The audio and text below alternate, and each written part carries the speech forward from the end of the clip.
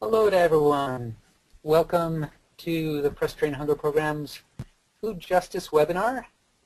This month we have a special Pecha Kucha style presentation of camps and churches that are doing different food production and sustainability initiatives in places around the country.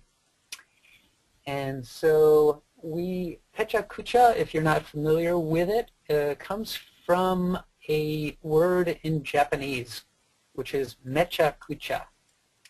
And mecha kucha means chaos or wild craziness, just lots of different things happening at the same time. This hopefully won't be that exactly, but it will be fairly rapid presentations with each slide going after 20 seconds, and our presenters will just try to keep up with that, as will I when I do a short thing at the end. So we have Ashley Goff, who will be the moderator of the session today. And so this is how this webinar is going to work. We're going to start with our conference centers and camps and see their presentations, and then we'll take about a 5-minute pause, and I will offer up some of the questions that have been asked during the session, and we'll get some responses. And then after those few minutes, we'll move on to the churches. And then we'll have some continued time after that to answer and ask any questions. So for our conference centers, we have David Gill from Ferncliff, Chelsea Brewer from Mound Ridge, and Will Summers from Stony Point Center. So our presentation will start with Ferncliff.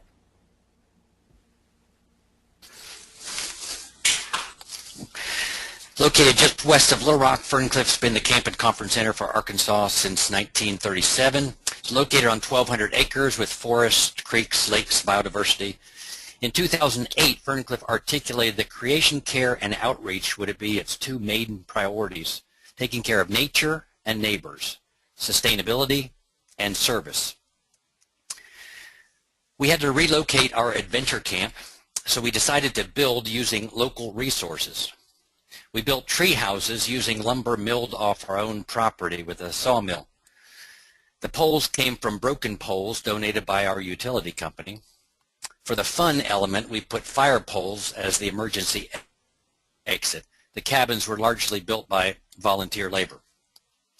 We then built 2 stackwood log cabins. For this design, you take a 1-foot hardwood log, strip off the bark, allow them to cure for a year or two, then stack them into the walls using a mixture of cement, sawdust, and lime. We mostly use volunteer labor, especially for the intensive stripping. So yes, we had fun soliciting volunteer strippers. Those projects were warm-ups for the most ambitious project we recently completed. We decided we needed a 3rd housing unit in our adventure camp, so we came up with the idea of a straw bale building. Arkansas, like many states, has an ample supply of straw. Remember, straw and hay are different. Straw is bedding, hay is food. Straw you can build with. Initially, it was going to be small, but it grew to a 5,300 square foot with 6 bedrooms and meeting space for 100. We invited the experts at strawbale.com to use us as a workshop site. 40 people showed a long workshop to get us started. This brought us expertise and good energy. We decided to make it as green a building as we could. The R value of a new house today is generally R13 to R15 for the walls, but these walls are R33.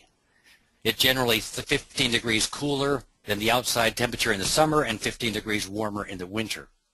The plaster is natural hydraulic lime. It comes out of the earth in this form. You just add water and coloring. It takes 3 coats inside and out, so a lot of labor. We put in a radiant floor heat with this PEX tubing. With 1,200 acres and occasional ice storms, firewood is a local renewable resource. 3,300 feet of PEX tubing snake through the floor. The water heats the slab heats the building, and ventilation is with a solar chimney. Since cement takes a toll on the environment, we decided to do alternative floors in the 4 large bedrooms.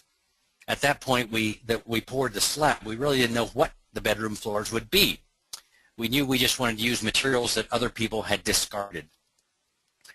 Since we were at the same time beginning to tear down an old pool, we decided to make one floor out of the rock that came from the pool.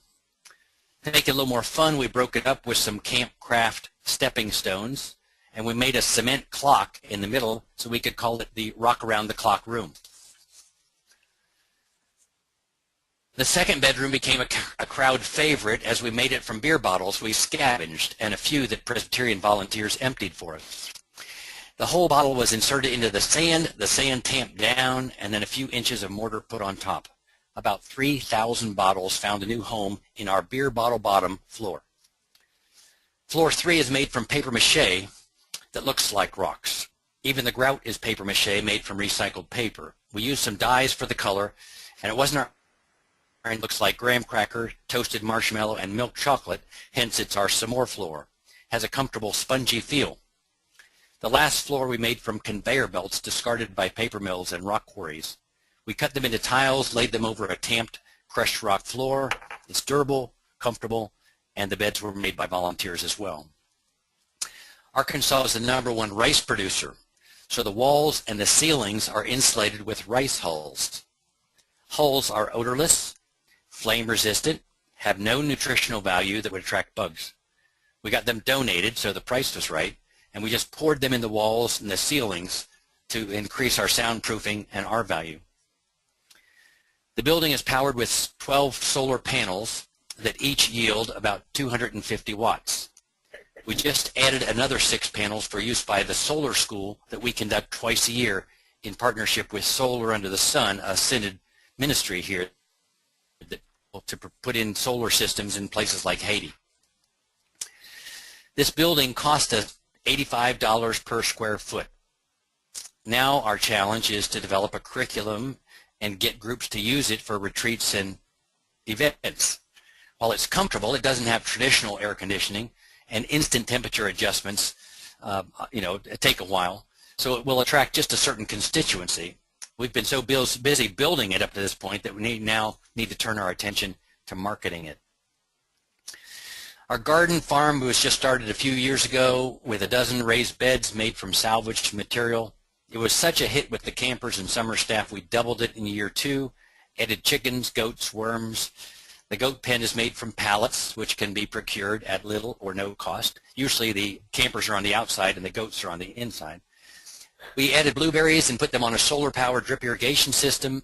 One year we had campers pick blueberries, make muffins, and then they cooked them in a solar oven and were ready to eat by the end of their hour-long class. Garden is a favorite from our campers. We serve the produce in our dining hall. The kitchen scraps come out to feed the chickens and go into the compost bins. The garden farm may look ambitious, but if you just expand it each season a little bit, it's surprising how quickly it grows. We've gotten many of our ideas from Pinterest and other camps, and I end with this picture because it took a long time for me to get those goats to pose.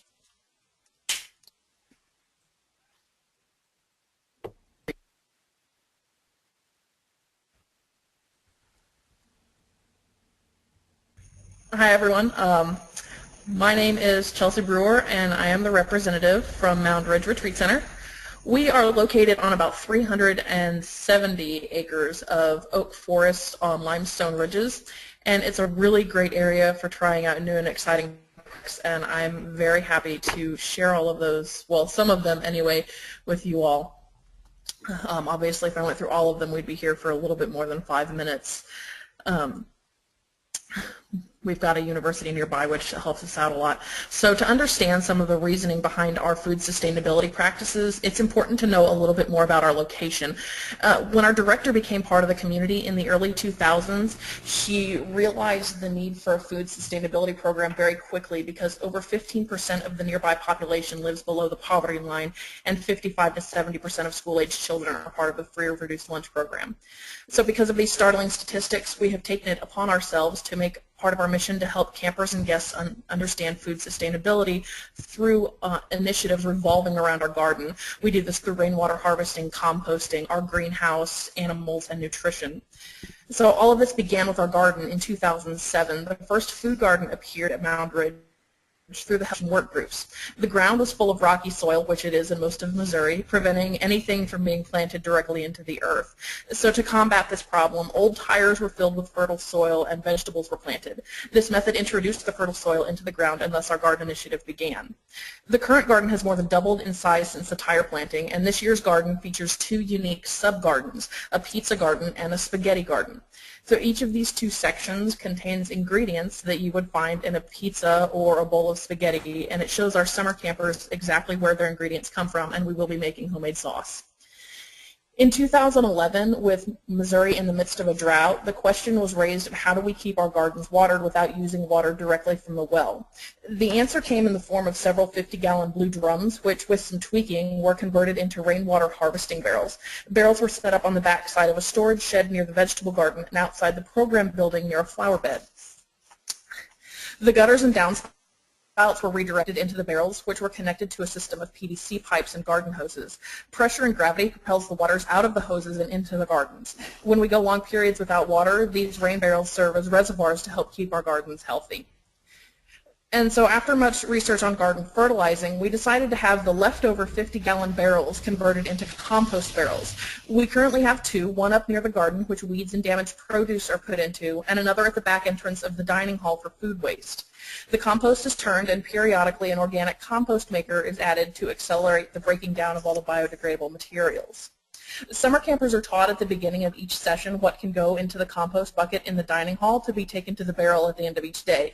This includes uneaten vegetables and fruits, biodegradable napkins, rinds and cores of fruits and vegetables, etc. Waste from the kitchen staff was also cut down by adding eggshells, trimmings, and leftovers. The amount of trash thrown away has decreased, which means we go through less plastic trash can liners. In the spring of 2014, our director stumbled upon a project idea which utilizes upcycling. The project was a greenhouse made out of water bottles. The project required almost 3,000 16.9-ounce water bottles, and they were donated by the staff, 2 fraternity houses, 2 recycling centers. 3 youth mission work groups took 2 weekends to complete the project. The bottoms were cut off of each bottle, and it was slipped onto a PVC pipe. When the pipe was full and all of the bottles fit snug together, each rod was attached to a piece of frame which had been built earlier. The frames were then assembled to complete the greenhouse, which is used to house seedlings which will be planted next summer. It's located in the center of the garden as a reminder that everything has a use if you get creative enough. In the summer of 2012, we had 3 hens on loan from a local family. The 3 began laying eggs, which were used throughout the summer in meals. In the spring of 2013, we purchased chicks from a local hatchery, which are now permanent residents at camp. There are currently 3 laying hens, which lay eggs, and 1 rooster whose 2 unfriendly brothers made for delicious chicken and dumplings. If the eggs from the hens are needed, we'll use them for meals for a weekend group or throughout summer camp. If not, we donate them. The eggshells are then composted. In 2014, more new chicks were brought in, and a larger coop was built as a staff mission project. The chicks are growing fast and should be laying eggs by the end of the summer. It is our hope that we will be able to donate more eggs to the local community for their use. Also in our barnyard, you'll find 2 goats, Job and Joseph. Although we have no intention of having them slaughtered, they are meat goats, and they're used to show campers and guests the ease of raising meat for consumption. This also shows that there's other meat sources to consider other than your traditional beef, pork, and chicken. And along with the baby chicks, we purchased new ducklings, and the ducks, in addition to being cute, are laying ducks. Finally, in our sustainability piece is nutrition. Thanks to a grant, this year we will be able to employ the plate method this summer and fall. As you can see, the plates are divided to help show portion control as guided by the food pyramid. In addition to teaching proper nutrition, especially during the summer when many school-aged children may not be getting the nutrition they need at home, it also helps teach portion control, and it is a very important topic in our area. Thank you.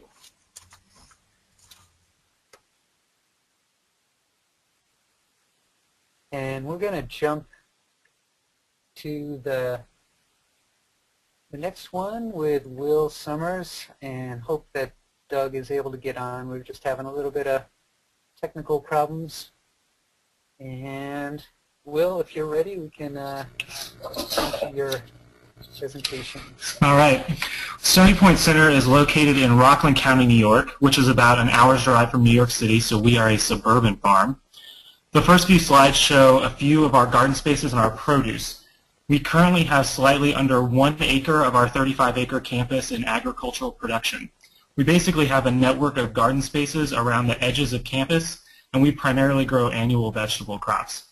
Last year, which was really our first year of farming, we harvested over 6,000 pounds of produce from our gardens, nearly all of which was delivered to our kitchen, where it was prepared by our incredibly awesome kitchen staff and served to our guests and residential community. With the growth and development of our farm, our goals and priorities have really begun to take shape. So we are committed to being a learning laboratory for food justice by growing healthy food for our community, teaching people about food systems and food justice, collaborating with other organizations to promote sustainable agriculture, and nurturing the connection between food and faith. During the first 15 months since I was hired as the farmer, we put a lot of effort into establishing the farm and ramping up food production, and we're confident that in the upcoming months, probably beginning this fall and winter, we can devote more energy to our educational goals. And that's our kale salad on the line in our dining room.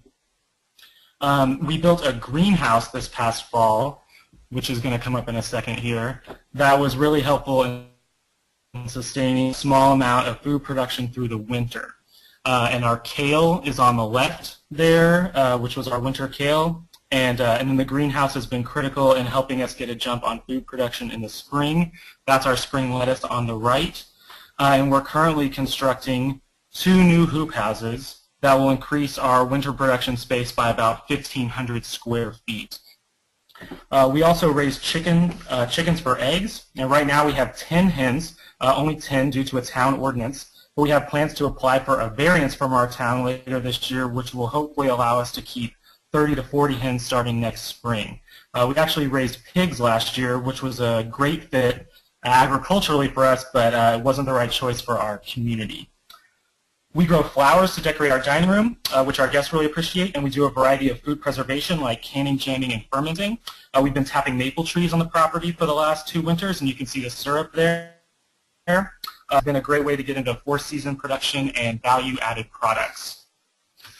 In terms of sustainability, we're doing a variety of different things on the farm to appropriately steward and preserve natural resources. Our fences are made from locust trees harvested from the woods of a nearby partner farm, pictured to the right. And currently we do a small amount of rainwater collection, which we use for spot watering and making compost tea. And Stony Point Center is currently about to start a re-roofing effort, so we're going to try to collect rainwater on a larger scale soon. We compost, which you can see in the picture there, and we recently redesigned our composting area so that we can use our tractor to turn it. In our dining room and kitchen, we use 5-gallon buckets to collect food scraps from plates before they are washed, and in the kitchen during food preparation. And then here we also cover crop our fields as part of our crop rotation to build healthy soil. This is one of the fields which will be fallow all year this year, and that's buckwheat growing there, planted a few weeks ago, and it's a great summer cover crop. And we plan to seed a combination of vetch and rye later this fall.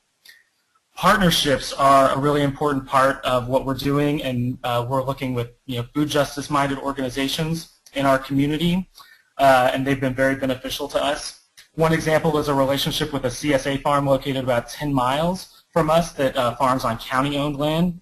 In the picture, you can see me on the right with the CSA's farm manager, and we are not related. Last year, we had a bumper crop of eggplant, and their eggplant crop underperformed, so we negotiated a trade, which was beneficial to both farms. We've also been sending volunteers their way for years, and this year when we needed some help plowing new fields, they lent us a disc, which you can see in the picture, since we don't have any of our own farming implements for our tractor. One really critical component that makes the Stony Point Center farm work is our farm crew, which is made up of members of the community of living tradition, the intentional multi-faith residential community that is part of the Stony Point Center. These folks live and work at Stony Point Center in exchange for room and board, so it's a pretty unique situation for us, but in total they probably put in 50 to 60 hours of labor a week that we just couldn't do without. We have a 10-week summer program for young adults called Farm the Land, Grow the Spirit Summer Institute. So from the beginning of June through mid-August, these young people work on our farm in the mornings and spend their afternoons in study and dialogue with the goal of developing a social justice project that's usually food-related. And finally, we are trying to deepen our understanding of the intersection between food and faith. And one way we do this is through the celebration of religious holidays in our multi-faith context. These pictures are from last year's celebration of Sukkot, which was essentially a Thanksgiving celebration of fall harvest in the Jewish tradition. As a part of the celebration, we prepared a meal of practical food for over 100 people. And the Sukkot dinner was held as a fundraising event, which helped us raise about $2,000 for the farm. These pictures are from a ceremony we organized this spring to bless our soil. We invited farmers and gardeners from around the area to bring soil from their land to be blessed in a ritual ceremony that was not really rooted in any one faith tradition. We mixed up the soil in a pot in the middle of the ceremonial space and sent everyone home with a little packet of the mixture to sprinkle on their land. And we were blessed to have some indigenous leaders lead us in dancing. So this ceremony was really cool, and that's pretty much it.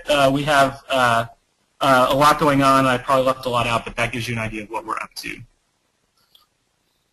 Great, thank you, David and Chelsea and Will. And we have about 5 minutes for questions before we move on. Actually, Douglas was able to get on, so why don't we just jump to that presentation. You ready, Douglas? Here we go.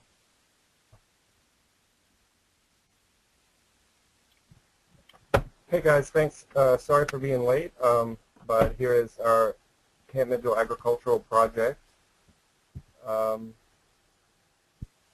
Yeah, and so we'll jump right in.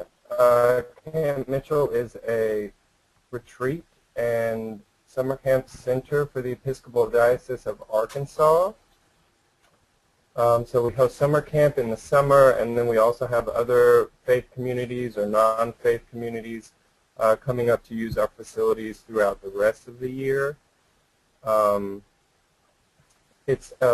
Mitchell is a place where people feel they can explore their relationship with God. And so as part of our agricultural project, we want to kind of broaden our goals into not just producing food for our facilities, but also giving people to explore their faith in a very real way, in a way that connects to ecology and connects to the food on their table. And so we started by writing a UTO grant, the United Bank Offering Foundation. It's an Episcopal organization that gives out money to different projects. And so we wrote a grant for our agricultural project, and we got like $27,000.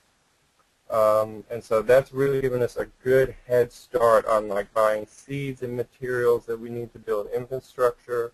But we're still trying to use local materials, you know, to lessen our environmental impact. So you can see here in this photo, we have some cedar poles that we cut from our land. We also bought a used tractor. This is our guy Harold. He's been a Camp Mitchell supporter for a long time, and he's a tractor guy. So he helped us shop for tractors and get one that kind of fit our needs, and he taught us how to use it. A big thing is that we can't do this project on our own, so we're continually like looking to the community of Camp Mitchell and the faith communities that Camp Mitchell serves to like look for resources. So here's a petting zoo down the road where we get manure. We help them muck out their stalls. This is a parishioner from Conway, Arkansas. It's just down the interstate. And so we collect rabbit manure from lots of people who have like pet rabbits, and that helps the fertility of our garden.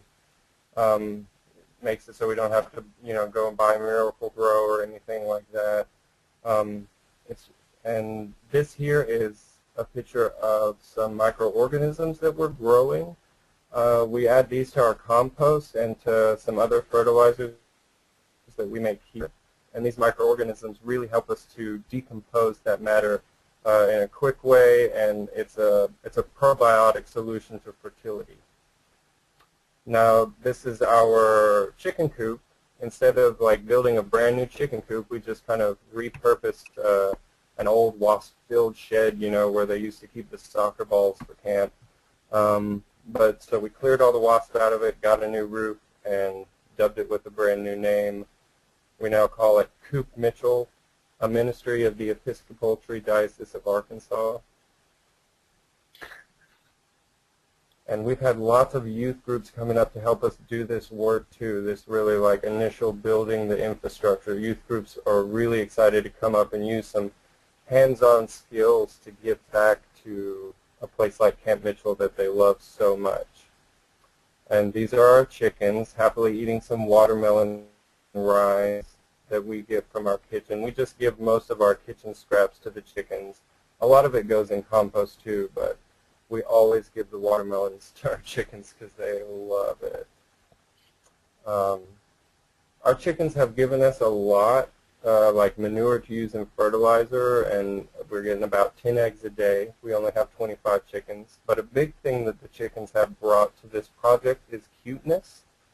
They are just incredibly welcoming to all visitors.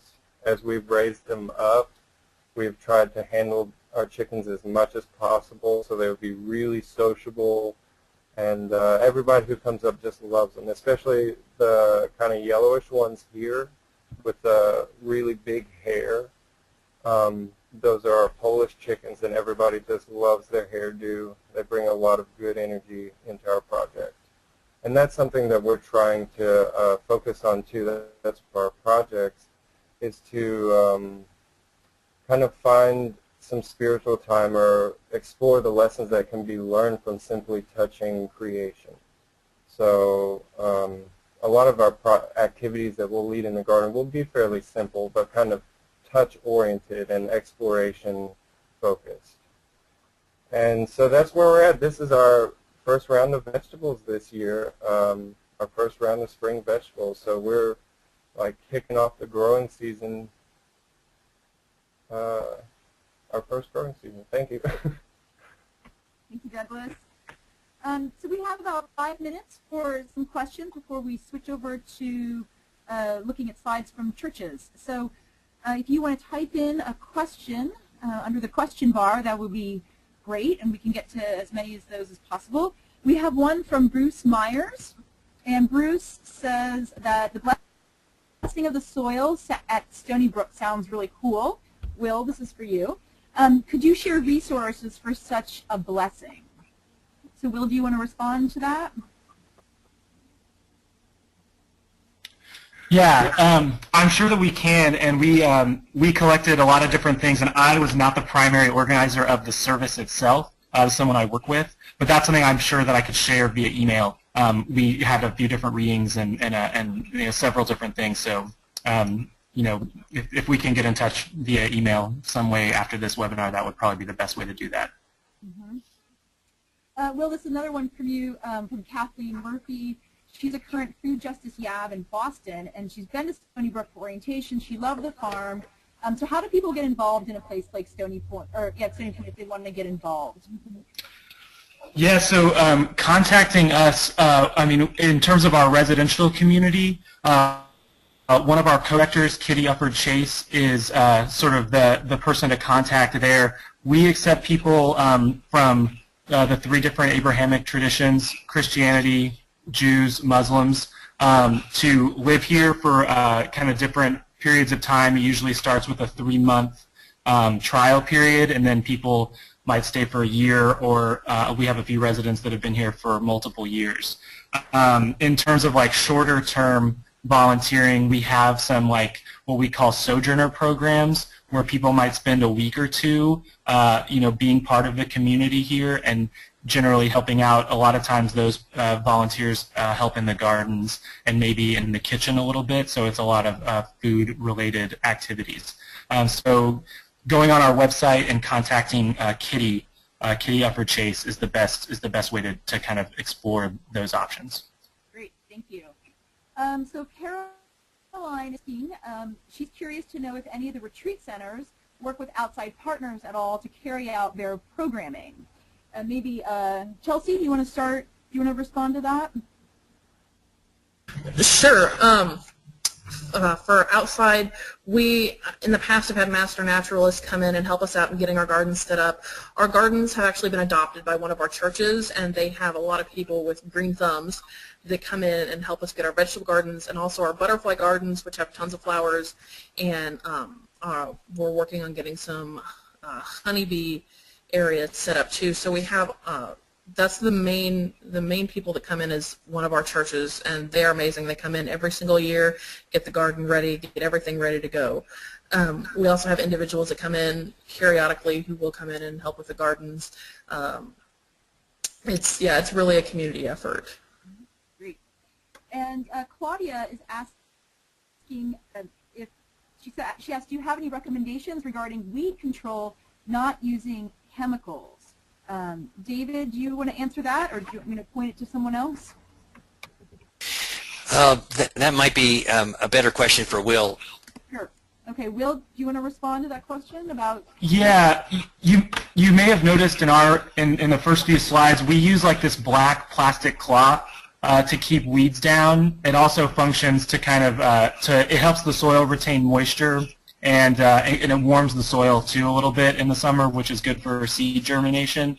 It's another thing that it's also very expensive, and I know a lot of people are not crazy about the idea of having like a lot of plastic in their soil, and it's something that kind of looks weird at the beginning of the season, but once everything's grown, you can hardly see it. So there's pros and cons like there are with pretty much everything else, but without that plastic cloth, we probably would not be able to keep up with our weeding, and having like a clean looking garden space was something that was really important to us in terms of something that was going to be attractive to guests, something that people would want to visit, as opposed to, you know, be kind of afraid to enter because they might think they would get ticks or something. So that's been the best way for us in terms of for weeding. That's really helped us a lot. And just in a few, you know, we got about just a few seconds here till we want to move on, Will, but for smaller spaces, any recommendations for weed control, like a spray? You know, there's a lot of organic sprays you can make. Anything you can use, you know, for smaller spaces? I've never heard of, I'm not aware of any like weed control for smaller spaces like spray-wise. I mean, you kind of just have to, you know, there's certain tools like stirrup hose that can be really helpful, and wheel hose that you can do a lot of weeding more quickly in certain areas, but I can't think of any sprays off the top of my head that are you know, earth friendly. Okay, so we're going to move on to churches for the second part of the presentation, and we're going to start with Ann Leahy and Tamara Infante from Family of Christ Presbyterian in Greenlee, Colorado. Hello, this is Ann. All right, thank you. Ubuntu Community Gardens did not originate with one idea or one individual. Seeds were sown in December 2006 when U.S. Immigration and Customs Enforcement raided and arrested 261 workers at Swift & Company in Greeley, Colorado. Family of Christ Presbyterian Church began what has now become a 7-year relationship with immigrant families by providing emergency food assistance for those families facing deportation and whose children were experiencing food insecurity. Family of Christ also began to discern how we might share more of our lives together, asking, could our 4-acre plot be of service in this way? The site was currently planted with alfalfa, had an outdoor summer theater, and was surrounded on 3 sides by residential single-family housing. Like seeds, plans remained dormant until 2012 when a family from Guatemala asked if they might have a small plot of the land to raise vegetables. As co-pastor Jennifer Sule-Hill later said, something just clicked. Over the winter of 2013, a garden committee began weekly meetings to plan a budget, acquire donations of plants and seeds, and most important for the garden's arid altitude of 6,000 feet, run water lines and conserve water. 20 beds of 6 by 12 foot redwood were quickly decided on with high hopes for having enough gardeners to fill them. The name Ubuntu is a Pan-African word meaning, I am because we all are. Greeley is home to one of the biggest meatpacking plants in the nation, and our county is significantly invested in the oil and gas industry. Both industries raise a number of justice and sustainability concerns, but draw many low-wage workers with whom we are in community. Race and class often separates our white Latin American immigrant and East African refugee populations in day-to-day life. Thus, Ubuntu was born as an effort to grow in relationship with one another, address differences in power and privilege, model sustainability, and meet hunger needs. Our brochure says, grow your own food in community. Organic and non-GMO seeds and water are provided. And we had 53 adults and 48 children the first year. We planned a community work night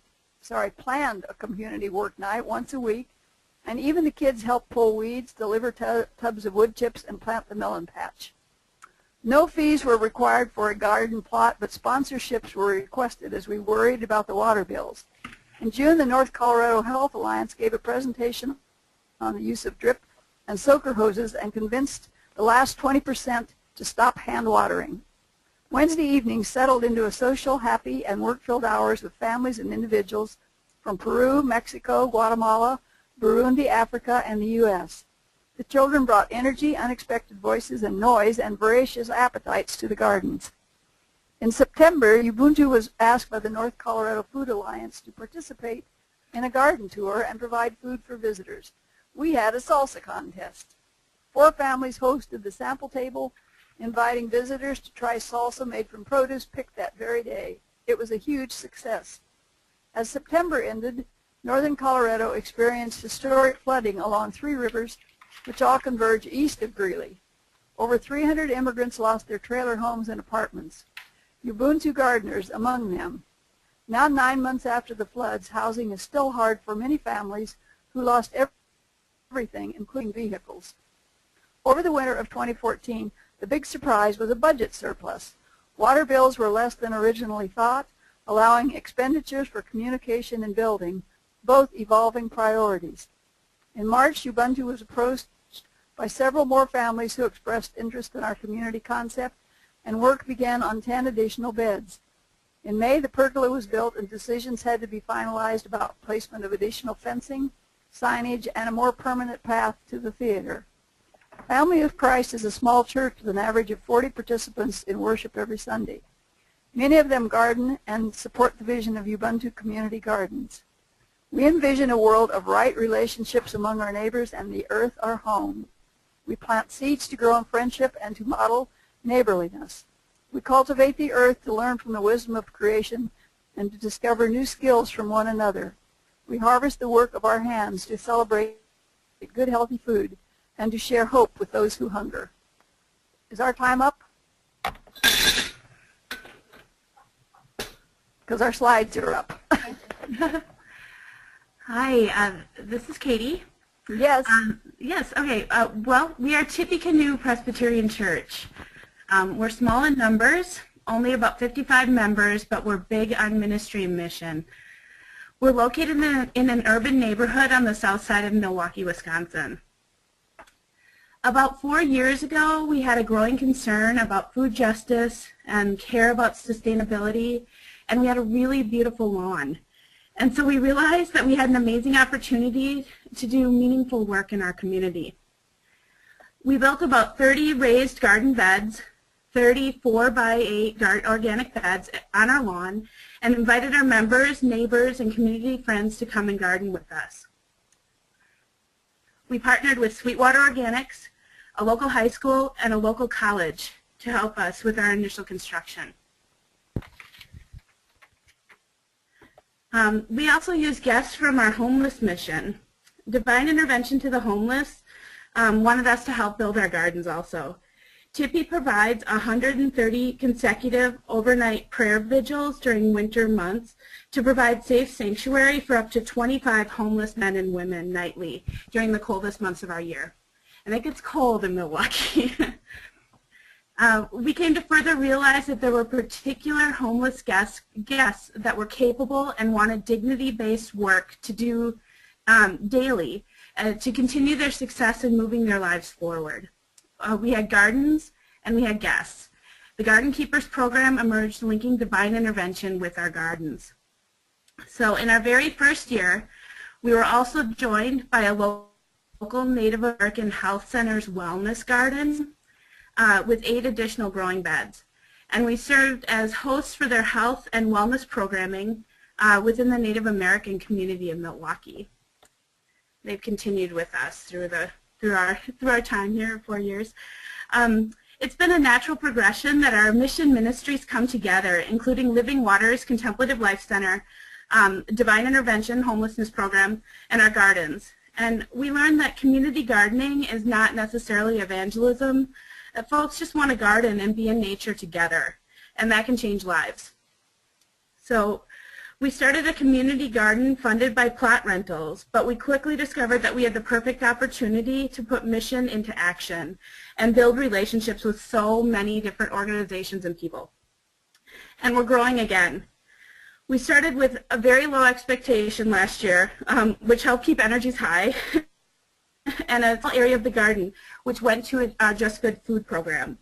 But even with the small area that we did and the intention, we had 500 pounds of organic produce that we produced for the Just Good food portion of our gardens. And now this year, the Milwaukee area Buddha Sanags are joining to add their beds to ours. So we have more to grow.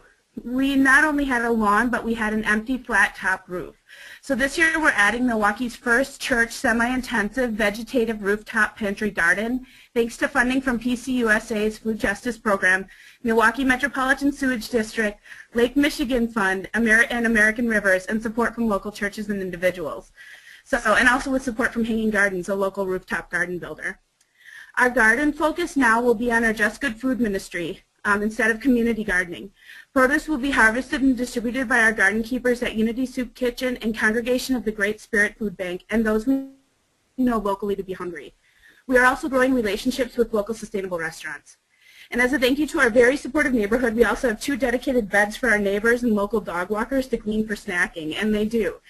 It's our way of saying thanks. New this fall, some of our garden produce will be preserved for Divine Interventions sharing our suppers or SOS Friday night potlucks and winter prayer vigil meals. So much learning all around. So what else is happening in the garden now?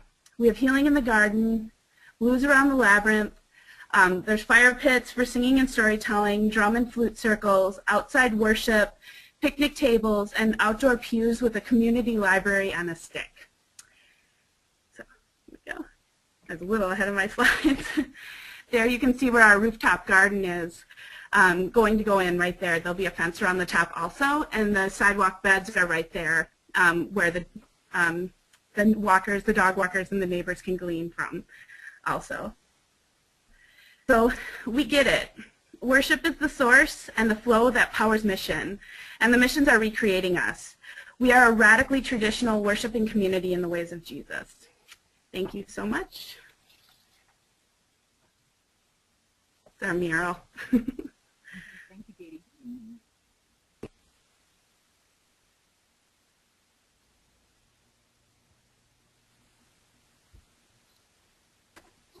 Good afternoon. My name is Sarah Ott, and I am the pastor of First United Presbyterian Church.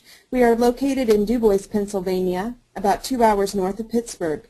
This is our story about our aquaponics program, and it's definitely more than just a fish story. In March of 2013, members of our church joined students at Pittsburgh Theological Seminary for a week-long mission trip to Agua Prieta, Mexico.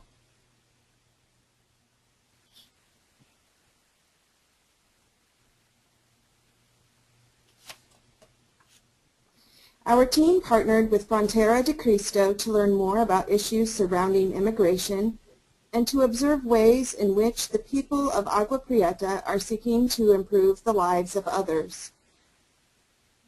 Agua Prieta is located south of Douglas, Arizona. During our visit, we had the opportunity to learn more about the community gardens being developed to help families around Agua Prieta have access to vegetables right in their own neighborhood. Many of the same challenges we face to eat healthy in the U.S. are experienced in Agua Prieta. Upon our return, church member John Hoover received an email about aquaponic gardening. John was intrigued by this idea to use fish in a closed system to grow organic vegetables all year round, and John wondered if this style of gardening would work for his new friends in Mexico. Aquaponics is the growing of fish and plants together in a closed recirculating system. The fish are kept and fed in an appropriate tank, and the water is circulated to growing areas for a very diverse crop of plants. The plants help by beneficial bacteria clean the water by utilizing the nutrients excreted by the fish, and the clean water is then recirculated to the fish. Not only is aquaponic gardening fully organic, there is also no need for chemicals, pesticides, or herbicides. There is no weeding needed, and the range of heights for the garden beds appeals to folks of all ages. This style of gardening uses 98% less water than a traditional garden. Our church had an unused basement in our Christian Education Center. It already included drains, a bathroom, and running water. With session support last June, John and a team of church volunteers began removing unused items, cleaning up mold and mildew, and painting the basement for our future aquaponic garden. We were grateful to obtain many of the supplies we needed within a 100-mile radius of Du Bois and at an affordable cost. As John began telling his idea of an aquaponic garden, more and more folks from the church and community began to help prepare the basement and supplies needed to begin.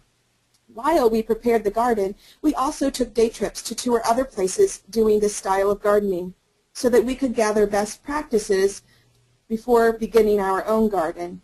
Sometimes aquaponic gardeners would come to our site to offer tips and guidance as we moved forward. Several of the seeds for our garden were started in the homes of our members using organic soil. Then they were cleaned of the soil and placed in a bed filled with clay pellets. Once we had the system set up, our first challenge was to cycle ammonia through the water system so that fish could be introduced to the garden. Adding fish became our next challenge after fully cycling. These fish are blue Nile tilapia, the same fish found in the Sea of Galilee. We chose to use tilapia because they are hardier fish and able to sustain changes in water temperature, pH levels, and oxygen levels. Our fish are fed organic food as we try to maintain a fully organic garden. It took roughly 8 months of planning, touring, learning, and talking about an aquaponic garden until we had our own system ready to grow vegetables. The growth was amazing. We were excited each day to find new vegetables growing that were green and healthy and numerous, all in the month of February. One thing we are learning is how often we harvest the vegetables while maintaining a proper balance in the system. We are still trying to figure out how to offer as much vegetables as we can to the community and what will be the best way to do this. We recognize that our system, which costs roughly $3,000, is not a practical cost for a family to have an aquaponic garden in their home. So John has worked to create a home system that costs about $300. Our future goal is to create some type of workshop where we can teach people how to build their own system for home use. We also plan to return to Agua Prieta in the spring of 2015 to teach about aquaponic garden. We have had the opportunity to share our story with a number of gardening groups around Du Bois. In April, Penn State Du Bois invited us to share information at their annual Earth Day Fair. A local educational television station created a video about our garden ministry, and at the end of May, we sold organic seedlings in our community. As we continue to grow and maintain our current garden system, we hope to add more grow beds and incorporate new educational programs in our community and the Agua Prieta community.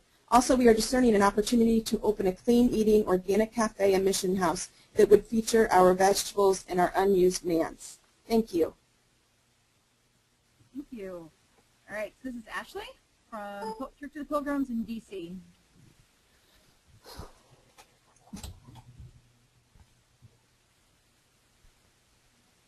So 5 years ago, a church member had an idea: start a garden to produce food for Open Table, our lunch for hungry neighbors each Sunday.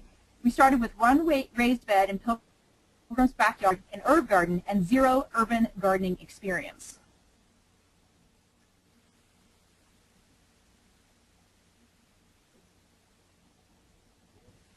The first year we gave ourselves a name, Sacred Greens, and we had 4 guiding principles: soil, testing and amending; scale, doing what we can; purpose, creating beauty and producing food for Open Table; and space. The backyard was a multi-purpose space. The garden couldn't take it over. The second year, a church member suggested we get honeybees. We got an urban beekeeper and our first hive. Here, our Pilgrim kids are shown painting the hive before the bees were installed.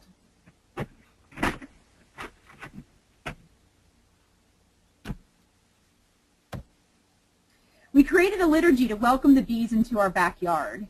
We named our backyard, in that liturgy, a place of growth and safety for those our culture deems disposable: homeless folks, hungry folks who come to Open Table, and honeybees. We shared milk and honey like the ancient church did during the blessing of our bees. The second year, we also incorporated vermicomposting and added a second compost to our composting ministry. Church members started the practice of bringing their compostable food to church each Sunday. This is our worm bin right outside my office. The second year, we also created our God story. And so at this point, we've expanded into 2 beds. So we created our God story for the garden. Our group of our community gardeners at Pilgrims came up with these 3 things: compost as an act of resurrection, growing as an act of resistance, and eating as an act of remembrance. By the 3rd year, we ripped up the original raised bed design and came to our current configuration of 4 raised beds.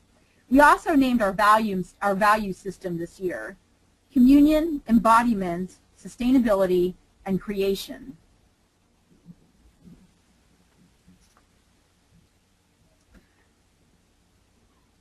So about a year and a half later, we had honey. Our hives produced honey and a Home Depot bucket full of honey. We canned the honey, creating labels that read Church of the Pilgrims, Sacred Greens, and Apiary. God welcomes all. We started using milk and honey in our baptisms, following the ways of the ancient church. As interest and leadership grew in the garden, so did our passion for incorporating the garden into liturgy, and liturgy into the garden. Both have same principles: community, risk-taking, resurrection, incarnation, symbol, and action. We started to see both as inseparable from each other. This is Pilgrims during an at-table service. We shared a meal with food from the garden, milk and honey during a baptism that took place, and communion also took place during at-table. This connected us to the ancient church and its liturgical ways, connected us to table, garden, communion, and baptism. The garden has raised our consciousness in lots of ways, taking us to an entire season last fall in worship on food and faith. Folks repeated each week at the entrance of the sanctuary with a wheelbarrow full of veggie scraps, the initial stages of the composting process. So right inside the sanctuary was our font, the place of new beginnings, and the font held halfway decomposing food, showing the midway point of the process, food breaking down and dying in a way.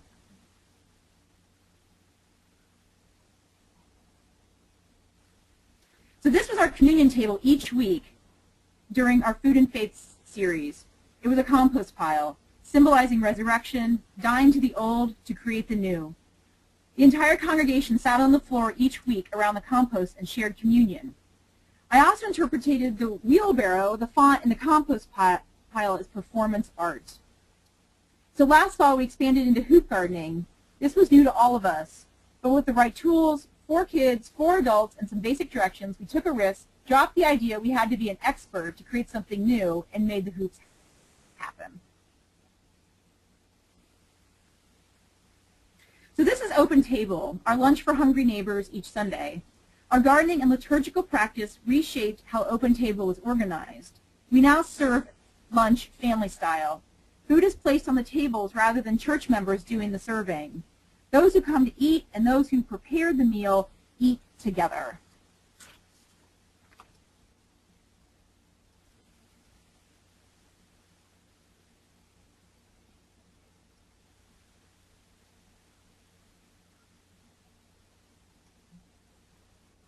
Andrew, do you want to do questions now? Yeah, since the time is going quicker than it should have, let's jump into questions. Okay, so Anne, there's a question for you from Suzanne. Can you elaborate on how you address power and privilege through your gardening work?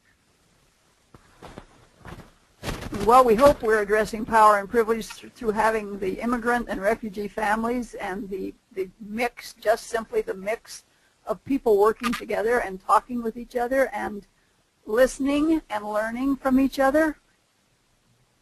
We do that on community night on Wednesday nights. It's the community when we all try to come out and garden at the same time. Mm-hmm.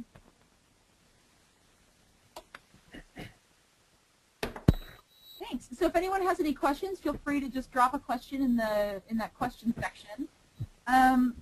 Rebecca asked a question, does anybody seek to engage in education and outreach with low-income communities, and how so? Katie, do you want to respond to that question? Sure, I'm happy to. So our Divine Intervention Program, just to expand a little bit on what that is, so for 130 of the coldest nights of the year, we invite 25 homeless guests to live with us in, we call it a prayer vigil, overnight prayer vigils, but they stay for essentially 4 months with us. There is some rotation in the guests that are there, but that's how our garden ministry combined with our Divine Intervention program. Now we have invited some of our guests. We have a maintenance person that stays at Tippy full time that lives at the church, and we have 2 garden keepers that also live at the church now. We've converted some of our church space and to residential area for them. So they're right there at the garden. We also have one of our former garden keepers from last year who was our guest in the Divine Intervention program, who has since been placed in, has an apartment of his own. He comes back also to help Bob. There's a picture of him. So our ministries are really linked. Also, a portion of the food from our garden is going to some of the meals that are provided. There are many local churches that help us provide meals and provide support for the Divine Intervention Ministry. Also, all of our food is being donated out into different programs with different churches and things also. So we're always open to people coming to work with us, too. All right.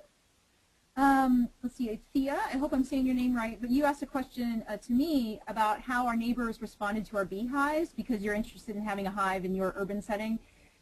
Well, the first thing we did not ask our neighbors. We're in DuPont Circle, a very dense area. We did not ask our neighbors for any permission for our beehives. We just did it. And it turns out that now that we're about 3 years into our beekeeping, the DuPont Circle Citizens Association found out that we had bees just through we've gotten a lot of press with our bees, and they gave us basically $500 grant. They came to us and asked us to apply for a grant for $500. So they are now coming. We installed our bees this past year because they died in the winter, and several of our neighbors came and watched those bees go in. So that's how we have connected and dealt with the neighbor issue with urban beekeeping. And also our bees are near a pretty big wall, so that helps that they're not flying around into people's spaces. Let's see, maybe we can do one more question before we sign off. Let's see, Bruce has another question. We touched on this a little bit, but he's planning a community garden in California on their church property, and what he says what we're finding is that the most difficult piece is getting neighbors involved. Our neighbors are mostly lower income Hispanic folks. What can we do to build trust and participation? Katie, maybe I can come back to you and just maybe you could be a little more specific in kind of your thoughts for Bruce about maybe just kind of some initial first steps in building trust and participation with the surrounding community. Well, it's always a continuing conversation with our neighbors. Also, we make our space as open and as inviting as possible. We have the donation beds on the side. We've also found, I think at the beginning, we really thought that by having an actual community garden on our property, it would bring people more into the church. And we really found that, honestly, people just want a garden and they wanted to go home. And they would sometimes, a few would come to an event or something that we had in the garden. But what I think has worked the best is really making our property a fun place to be and totally open. We have a labyrinth that's right on our corner of the property too. And so it's always the little lending library is there, and signs inviting people to come and take from these certain garden beds. I really liked Anne's idea about the salsa competition. That was kind of awesome too. So I don't know, maybe we'll have to do something like that this year. But yeah, we have music that's out in the labyrinth also, and we make a point of inviting each of our neighbors, like to a blues or on the labyrinth or something, to come and sit with us, letting them know that this is an open event. Mm-hmm. And Ashley, this is Anne. Can I say something about working with people from the other cultures? When we started working together, I worked in the adjoining beds, and I kept talking to Jonay, the man from Africa, and I talked to him for a month, and he didn't hardly look up or say anything, and finally after a month he began to me. So I think it's going to take a long time to get conversations going. Mm-hmm. And it sounds like a lot of intentionality. Yeah, and persistence. That's the word. Thank you. So Andrew, we're at just a couple minutes over 1 o'clock. So do you want to? Yeah, unless you had some more words about community engagement to wrap us up, you can finish up whenever you want. Well, let's see. One person does have a question. Maybe we could do one more. It might be short. From Queenie, who asked about church gardens having volunteer coordinators, or does it work best with staff time? I guess this goes a little bit with kind of participation. Sarah, do you want to say something about that? I missed the last part of that question. Does each church garden have volunteer coordinators, or basically is it best done with staff time? Well, we use all volunteers right now, members of our church, and I think the best way that has occurred is, quite honestly, John, the church member who had this idea, has continually shared his story and has approached people directly to have them hear the story and then invite them into that story. And so we don't have any staff people. We have folks who are signed up to check on the fish on a daily basis and occasionally at times to check the pH level and other levels and things like that. But it's really grown out of the interest from the members of our church and some members of our community who aren't attending our church but come and help with it. Mm-hmm. So, Andrew, do you want to kind of wrap up with just reminding folks if they want more information about certain things or what's coming next after this based on the webinar? Yeah, just to say briefly that we've recorded the webinar and we'll send that around along with contact information and some resources that folks can use, and to go ahead and look for upcoming webinars on the Presbyterian Hunger Program site under Learn if you liked this one. And yeah, thanks to all the panelists who did a great job. I thought it's intimidating to be under that 20-second deadline. Everyone did great. Thank everyone for coming. Thank everyone for listening. And yeah, be in touch. You'll have contact information if you want to ask any further questions or interact with folks that have presented.